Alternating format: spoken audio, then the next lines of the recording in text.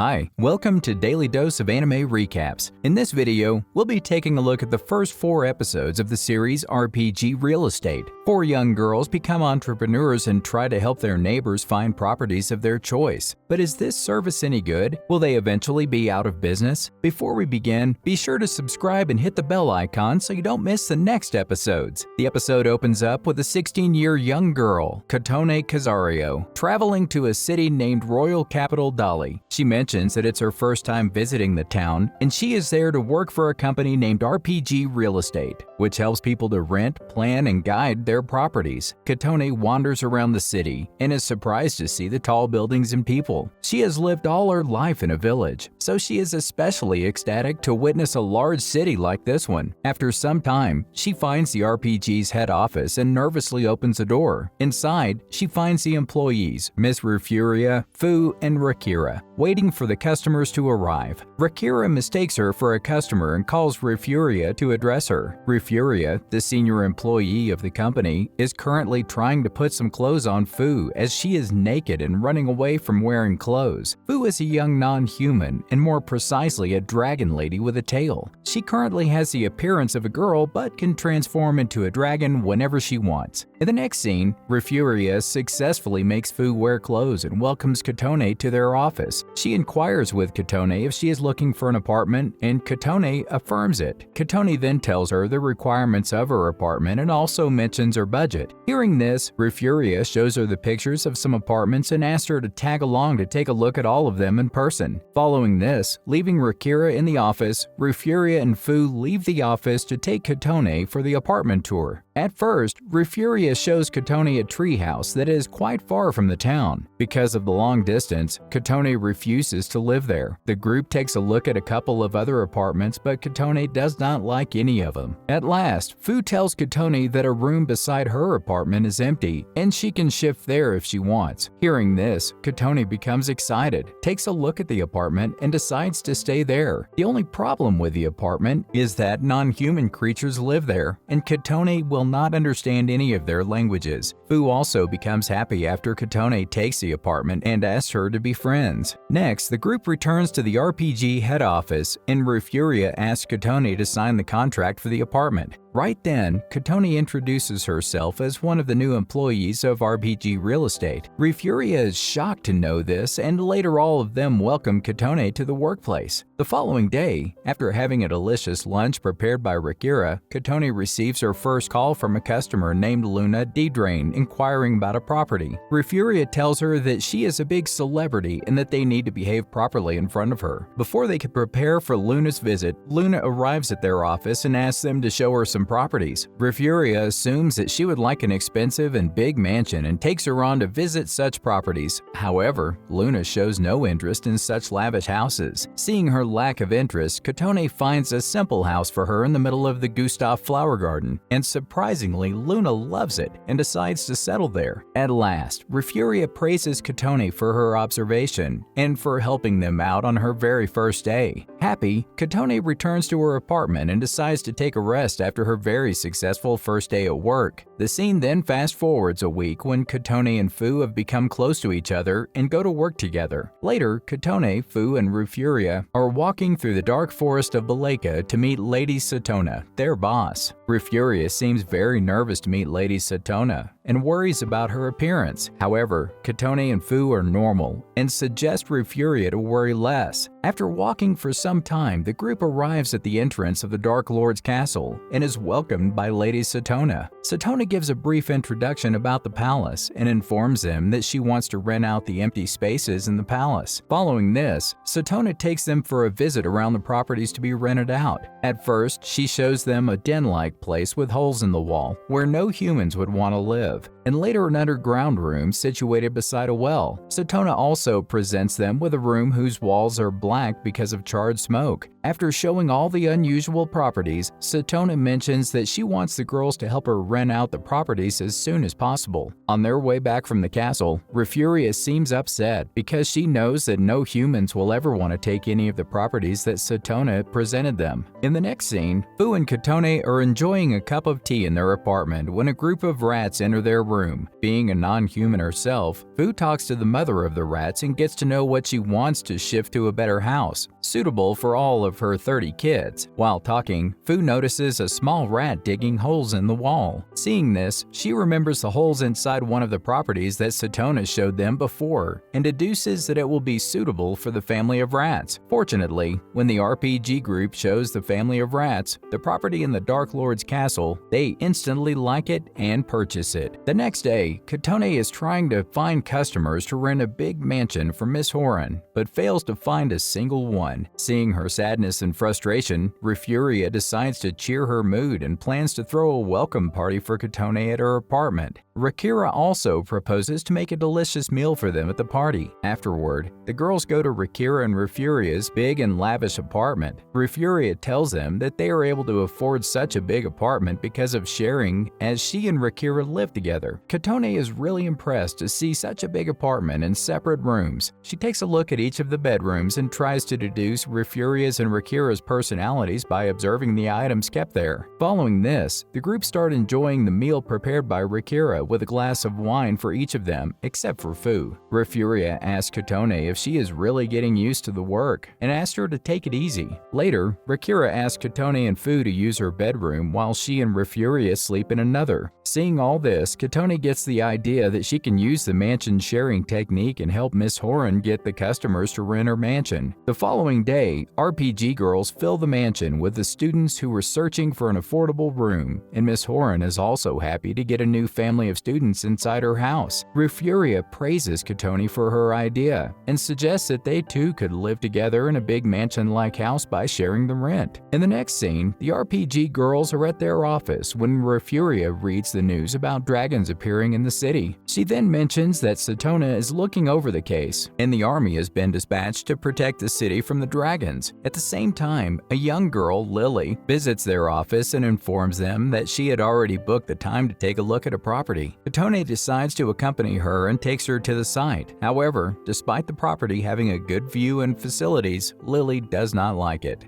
Seeing this, Kotone tells her that she will inform her as soon as new properties are registered in their office. Back in the office, Rufuria receives a call from the Choran's apartment, informing her that the clients have reported experiencing ghosts inside their apartments. Afraid, the group decides to visit the apartment and take a look at it by themselves. To their bad luck, when they reach there and begin inspecting, they find ghosts residing there and confirm that the apartments are really haunted. The owner of the property also tells them that some people died there, and since the place is haunted. Later, the group returns to the office and decides to put out the property as haunted house, and doubts if anyone will rent the property. Surprisingly, after a few hours, Lily arrives at the office and asks them to show her the haunted apartment. She also mentions that she is a necromancer, a person who can put the wandering souls inside a doll and control them. Without wasting any time, Kotone takes her to the apartment, and Lily instantly likes it, and also requests the souls present there to help her. The souls also agree to accompany her, and following this, we can see Lily putting the souls inside the dolls and using them to perform different household tasks. The following day, though, it is a holiday. The RPG girls are summoned to the Dali castle, where a large number of residents have gathered. Rufuria informs the others that a new warp gate is going to be constructed in their town, which will increase the flow of tourists and ultimately increase employment opportunities. Soon, the group is asked to enter the castle and charge a powerhouse using their ability to perform magic. Everyone donates their part, but when Fu's turn arrives, she completely charges the powerhouse and even breaks the device used to measure the power of an individual, surprising everyone. Kotone believes that the authorities will punish them now, but to their good luck, the security girls let them go away as they have received the amount of power required to complete their project of building the warp gates. The guard girls even provide Fu with a bag of different lunch items, appreciating her for the help. However, this leaves Rufuria in a confused state, as she cannot believe Fu possesses such immense power. The scene then fast forwards to another scene, where a young girl named Toto visits the RPG head office along with her pet animal Shiro, a Pegasus. Toto informs Kotone that she recently moved to the town and is looking for a place to stay with Shiro. She also tells her that she is from the Lukeland region far on the hills. Coincidentally, Kotone is also from the same area and assures Toto that she will put extra effort to find a property suitable for her and Shiro. Following this, Kotone takes Toto to see a couple of properties around the town, but all of the properties seem to be too expensive. As Toto recently got a job, she mentions that she will be unable to afford such expensive rent and asks Kotone to find some cheap apartments for her. She also adds that she has been living with Shiro since her childhood and cannot imagine living without him. Kotone then scans through a pile of documents but still fails to find an affordable house for Toto. Eventually, she apologizes to Toto, and hearing this, Toto decides to return to her family, quitting her job. Seeing Toto do this, Kotone feels embarrassed and remembers a property present at the top of the mountain suitable for them. Toto decides to take a look at the property and likes it. Kotone informs her that the rent of the property is also cheap and that she can easily afford it. In the next scene, a businesswoman approaches Rufuria and shows her an abandoned house that he wants to tear down and build a new apartment. Rufuria accepts the deal and returns to the office to inform the girls about it. The girls become very happy and agree to help her in the process. Unfortunately, when Rakira sees the image of the house that is going to be torn down, she becomes angry and asks Rufuria to let her handle the deal. Hearing this, Rufuria urges Rakira to stay away from the deal and states that she can handle it on her own. Furthermore, she mentions that she wants to complete the deal and get promoted. When Rakira hears such words coming from Rufuria, she gets upset and walks out of the office. Kotone follows Rakira, not before suggesting Fu stay with Rufuria. After searching around for a bit, Kotone finds Rakira standing in front of the same house as the picture Rufuria showed before. Here, Rakira reveals to Kotone that the house actually belongs to the Rufuria's family, which was eliminated during the war. She also says that Rufuria used to get bullied by the boys around her house, and that she used to protect her. Rakira says that she thinks Rufuria wants to forget her past experiences and move on with her life. Later, Kotone returns to the office and informs Rufuria that Rakira has already gone home. Hearing this, Rufuria decides to shut down the office for the day and take a rest. Following this, Rufuria returns home and finds Rakira waiting for her. She then tells Rakira that she just wants to finish a deal and get the promotion to acquire more power and to be able to protect Rakira from any possible danger. Rakira is pleased to hear that and agrees to help Rufuria complete the deal. The next day, Kotone brings some flowers for Rufuria and Rakira, thinking they are still angry with each other. But to her surprise, when she opened the door to the office, she notices Rakira feeding Rufuria. The episode ends with Rufuria asking Kotone to help her find tenants to fill the new apartment building being built in the area.